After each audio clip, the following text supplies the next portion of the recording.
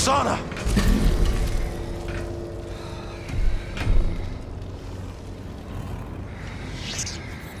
You were a Jedi Knight before you betrayed our order.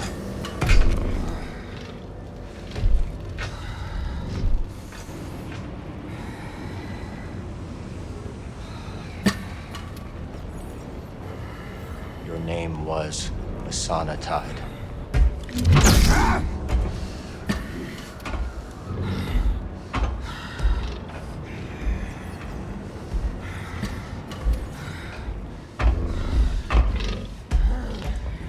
It's time to set you free.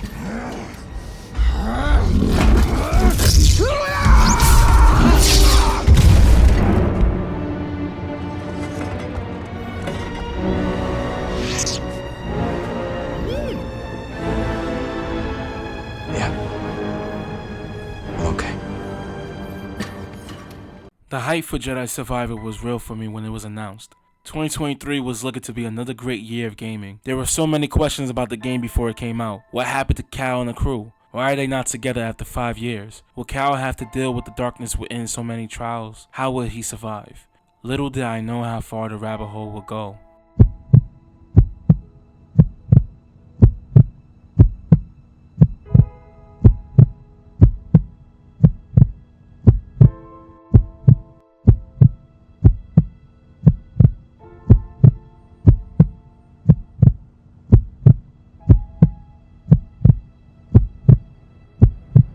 Jedi Survivor is the anticipated sequel for Star Wars Jedi Fallen Order. The game immediately shows you that Cal is not the same Jedi as we knew in Fallen Order. He's more of a rebel embracing greater risk to accomplish his goals in the fight against the Empire. He's a better fighter and Jedi, and it's shown in every moment the game wants to flex the combat and platforming, the narrative moments in Cal's presence. The beginning of the game hints this smoothly starting on Coruscant, the Night City planet, infiltrating the Senator's base, pulling the trailer once shit goes left, then killing the Ninth Sister with style. Cal is not the same, and his progression over the last 5 years shows that.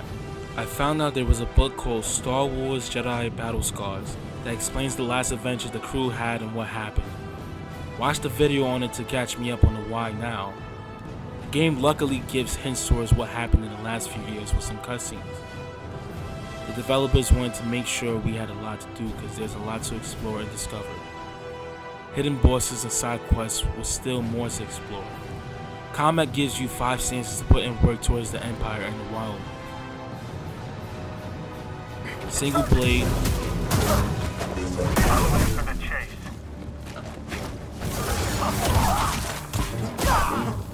Dual wield.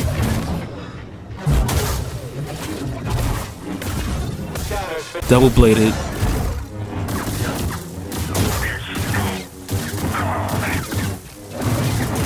Blaster.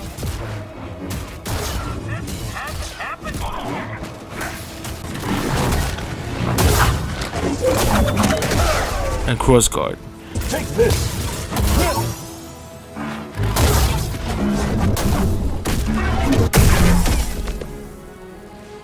I dabbled here and there, but personally, I was always a dual-wield and double-bladed kind of guy, with a blaster and crossguard from time to time. The story of Jedi Survivor followed Cal 5 years after the first game, still enduring his fight with the Empire. During his journey, he saves a corrupted Jedi unbeknownst to him. This Jedi, Dagon, is from the High Republic era, which was 2 centuries prior. In doing so, Cal finds secrets that possibly leads to a planet in the galaxy that hasn't been touched by the Empire, which now becomes a race between Cal and his old crew versus Dagon and his army of Clone War droids and raiders. For me, Jedi Survivor felt more like Return of the Jedi mixed with a mixture of The Empire Strikes Back. There are a lot of elements that deals with family, loss, rage, obsession, and hope. A lot of what was shown in the game I personally felt is relatable because I'm there mentally. I felt like Cal in the aspect of not wanting to give in to the rage, to the loss, to that darkness I have inside, to having this obsession of wanting things to be better and still remaining hopeful. I feel that's what the game is all about in the end. The Empire is still strong no matter how long anyone been fighting. Being a Star Wars fan, knowing that the games take place after Revenge of the Sith and before New Hope, this fight is very far from over. Very far away.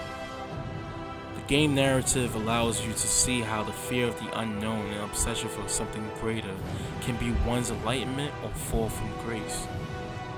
Star Wars Jedi Survivor didn't just focus on Cal. The story focused on mainly 3 Jedis to show the different routes being a survivor can do to one under the Empire. Cal Kestis, Bode Akuna, and Dagon Gera are the Jedi survivors. Dagon, the forgotten Jedi, who discovered the planet everyone is fighting for, awakened in the Forsaken time with nothing left other than to fight for the very thing that got him dismembered and placed in cryosleep. He has nothing left to lose other than the hope that the planet he found in the chaos will be worth all he lost. When Cal finds Dagon, we learn his passion and defiance led the Jedi Order to betray him, destroying any who stood in his path if it meant protecting the planet he found. In the last fight, you can tell he's still in pain about being betrayed by his friend and losing Ravers, his right hand in all this.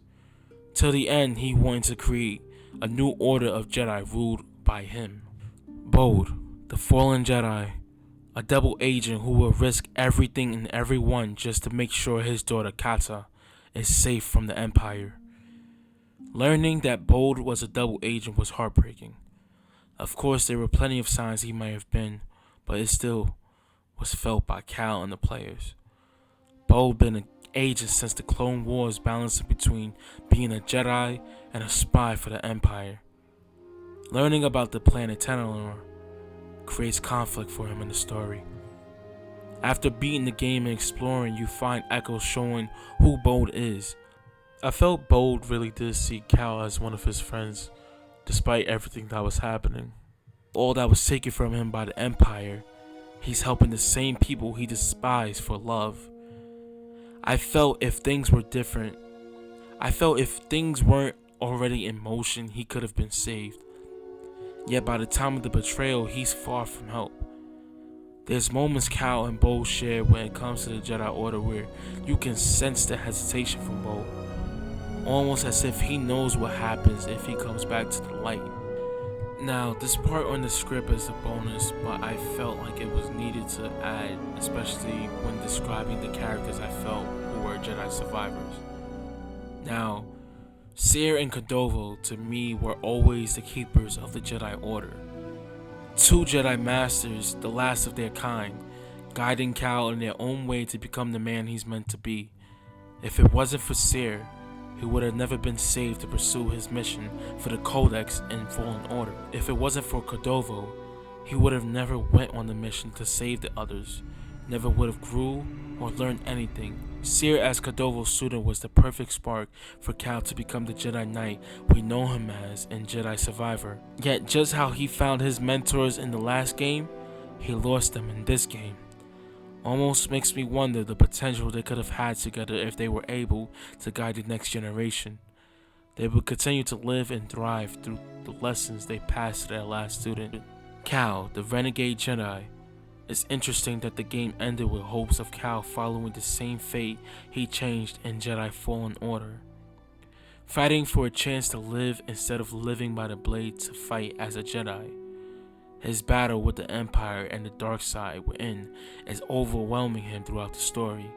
Yet still, he remained hopeful and optimistic for that hope he shared with his friends and others.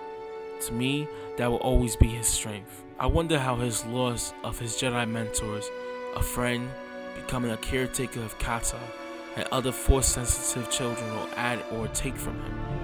I can't blame Cal for releasing Dagon or trusting Bode. In his search for hope, he found Dagon, an ancient Jedi. If anyone would be capable of helping Jedis grow, it would be him. In his search for a future, he trusted Bode, a fellow rebel, friend, a fallen Jedi. All of these things changed Cal by the end of the game.